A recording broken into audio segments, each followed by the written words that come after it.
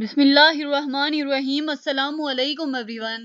कैसे हैं सब? उम्मीद है सब खैरियत से होंगे। अल्लाह हम सबको अपनी हिफ्ज़ व अमान में रखे। तो डियर स्टूडेंट्स, आज हमारा 9th क्लास बायोलॉजी का जो चैप्टर 1 है उसका लेक्चर 2 है, जिसमें हम स्टडी करेंगे relations of biology to other sciences.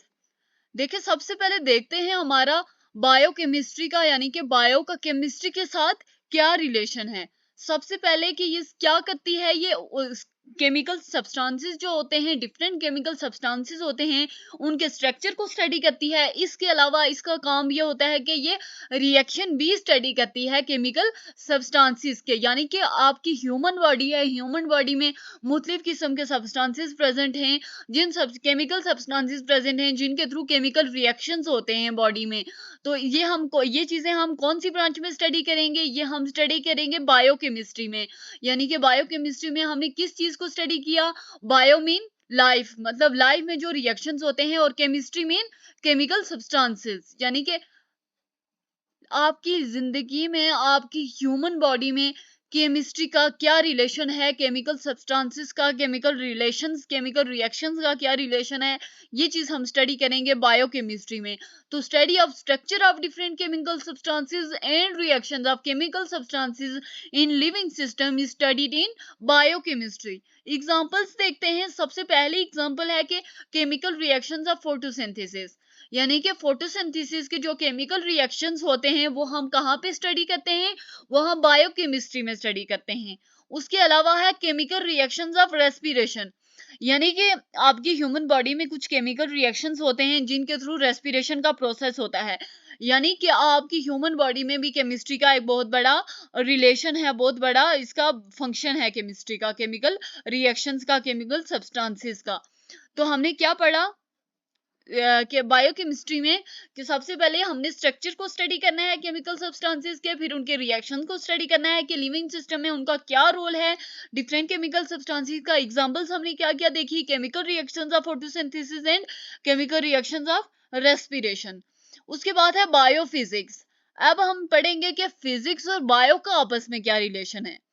यहाँ पे study the principle of physics which apply to biological processes, यानी कि बायोफिजिक्स में आप क्या स्टडी करेंगे? प्रिंसिपल ऑफ फिजिक्स को स्टडी करेंगे। कौन से प्रिंसिपल ऑफ फिजिक्स को स्टडी करेंगे? जो कि बायोलॉजिकल प्रोसेसेस में अप्लाई होते हैं। तो study of principle of physics which apply to biological processes. Examples देखते हैं। गैस फिजिक्स ऑफ रेस्पिरेशन, यानी कि जो आपका फिजिक्स में गैस का लॉ होता है, वो रेस्पिरेशन के जो लॉ है, जो रेस्पिरेशन का प्रोसेस है ह्यूमन बॉडी में, वो एक आपस में इंटरलिंक करते हैं। उसके बाद है रेडिएशन इन ट्रीटमेंट। क्या? रेडिएशन इन ट्रीटमेंट, यानी कि जो रेडिएशन होती हैं वो मुख्तलिफ किस्म की ट्रीटमेंट में यूज होती हैं। जैसे कि कुछ रेडिएशन जो होती हैं वो कैंसर ट्रीटमेंट में, कैंसर डायग्नोसिस में भी यूज होती हैं। तो study of the principle of physics which apply to biological process is studied in biophysics, यानी कि बायोफिजिक्स में आप उन प्रिंसिपल्स को स्टडी करेंगे, फिजिक्स के उन प्रिंसिपल्स को स्टडी करेंगे जो कि बायोलॉजिकल प्रोसेसेस में अप्लाई होते हैं। उसके बाद है examples. Gas physics of respiration, radiation in treatment. उसके बाद है किडनी डायलिसिस, यानी कि ये जो 3 एग्जांपल हैं ये आपने बायोफिजिक्स में देनी है। सबसे पहली एग्जांपल हमने क्या पढ़ी कि gas physics of respiration, then radiation in treatment and then kidney dialysis. उसके बाद है बायो इकोनॉमिक्स। अब हम देखेंगे कि बायो का इकोनॉमी से क्या रिलेशन है, बायो का इकोनॉमी से क्या रिलेशन है, हमारी माशियत से क्या रिलेशन है। Study of organisms in economical point of view, यानी कि आपने ऑर्गेनिजम्स को स्टडी करना है। बायो इकोनॉमिक्स में भी ऑर्गेनिज्म को ही स्टडी करना है, लेकिन इकोनॉमिक पॉइंट ऑफ व्यू से स्टडी करना है। कौन से पॉइंट ऑफ व्यू से स्टडी करना है? इन इकोनॉमिकल पॉइंट ऑफ व्यू। देखो स्टूडेंट्स, इसमें बायो और इकोनॉमिक्स दो वर्ड्स आपको नजर आ रहे हैं। Bio mean life, what type of life? Living organisms की लाइफ। उसके बाद एंड इकोनॉमिक्स क्या, सॉरी, लिविंग ऑर्गेनिज्म में नॉन लिविंग ऑर्गेनिजम्स भी इसमें आएंगे। बायो मीन ऑर्गेनिजम्स की स्टडी, ओके। और इकोनॉमिक्स मीन कौन से पॉइंट ऑफ व्यू से? इकोनॉमिक पॉइंट ऑफ व्यू से। तो हमने क्या समझा कि हमने ऑर्गेनिजम्स को स्टडी करना है, और कौन से पॉइंट ऑफ व्यू से करना है? इकोनॉमिकल पॉइंट ऑफ व्यू से करना है। एग्जाम्पल देखिए, बायो इकोनॉमिक्स में साइंटिस्ट क्या कहते हैं, जो डिफरेंट बायोलॉजिकल प्रोजेक्ट्स होते हैं, डिफरेंट बायोलॉजिकल प्रोजेक्ट्स होते हैं, उनकी जो कॉस्ट होती है और प्रॉफिट होता है। मैं आपको बताऊंगी कि कॉस्ट और प्रॉफिट क्या होता है। कॉस्ट वो चीज होती है जो हम किसी प्रोजेक्ट पे अपनी तरफ से लगाते हैं, यानी कि आप कहीं कोई फसल उगा रहे हैं तो उस फसल को उगाने में आपने कितना पैसा लगाया है, ये आपकी कॉस्ट हुई। ओके, प्रॉफिट मीन उस फसल के उगने के बाद आपने उस फसल को जाके मंडी में बेचा है, उस फसल से जो आपको फायदा हुआ है, प्रॉफिट हुआ है, आपको पैसा मिला है, वो आपका क्या है, प्रॉफिट है। तो in bio economics scientist calculate and compare the cost and profit of the biological projects easy the production of new crop. एक दफा फिर स्टडी करते हैं बायो इकोनॉमिक्स को कि study of organisms in economical point of view. Example है in bio economics scientist calculate and compare the cost and profit of the biological projects easy the production of the new crop. Move करते हैं next slide की तरफ। Biogeography.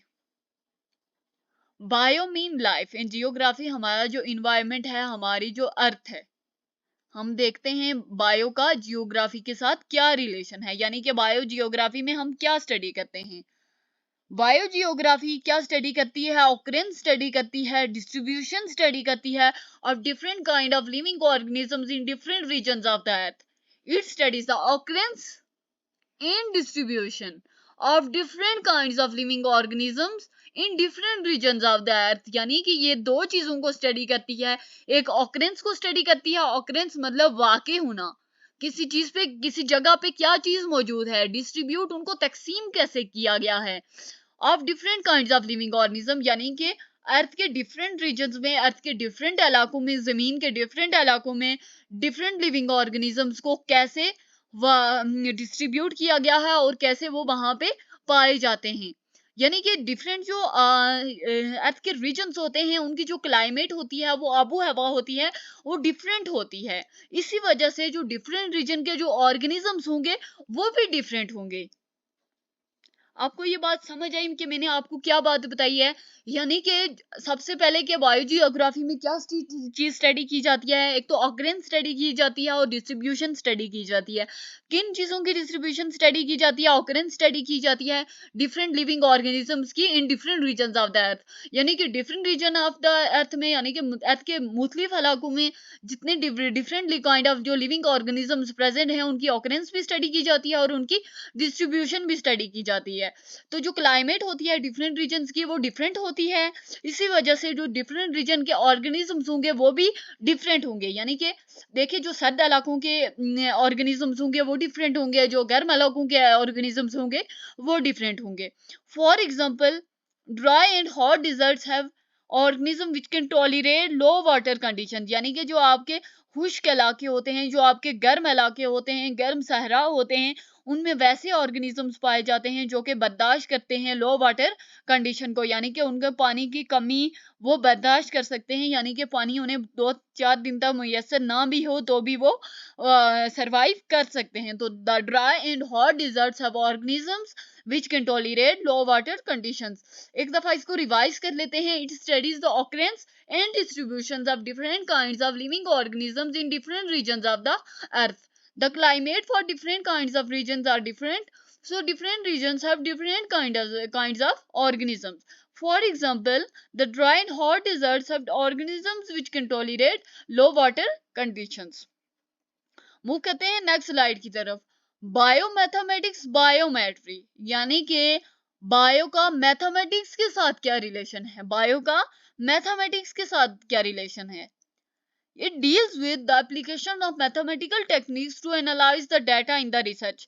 देखिए, मुख्तलिफ किस्म की biological researches होती हैं, तो उनमें हमें मैथमेटिकल टेक्निक्स को यूज करना पड़ता है ताकि हम लोग जो रिसर्च में हमने डाटा यूज किया है उसको हम एनालाइज कर सकें, यानी उस डाटा को हम मुनकिस्म कर सकें, एक जगह पे उसको ला सकें। यानी कि डाटा को ऑर्गेनाइज करने के लिए, डाटा को एनालाइज करने के लिए हमें मैथमेटिकल एप्लीकेशन जो होती हैं, मैथमेटिकल टेक्निक्स होती हैं, उनकी जरूरत पड़ती है। यानी कि it deals with the application of mathematical techniques to analyse the data in research. यानी कि आप बायो के स्टूडेंट हैं, आपने जाके बायोलॉजी में कोई रिसर्च की है, तो या आप देखें, आप बायोलॉजी में रिसर्च करते हैं तो आपको स्टैट की जरूरत पड़ती है। स्टैट की जरूरत आपको क्यों पड़ती है? ताकि आप डाटा को एनालाइज कर सकें एक मखसूस में एक टेबल की फॉर्म में, एक ग्राफ की फॉर्म में, एक ऐसी फॉर्म में आप उस डाटा को एनालाइज कर सकें, ऑर्गेनाइज कर सकें, जो कि आप दूसरों के सामने एक्सप्लेन भी कर सकें।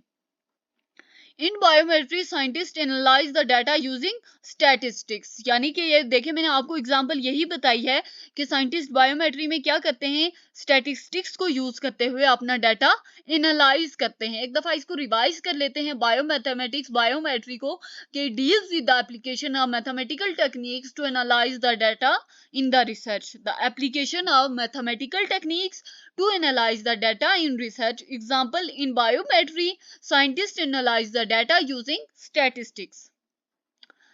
Thanks for watching. मिलते हैं नेक्स्ट वीडियो में।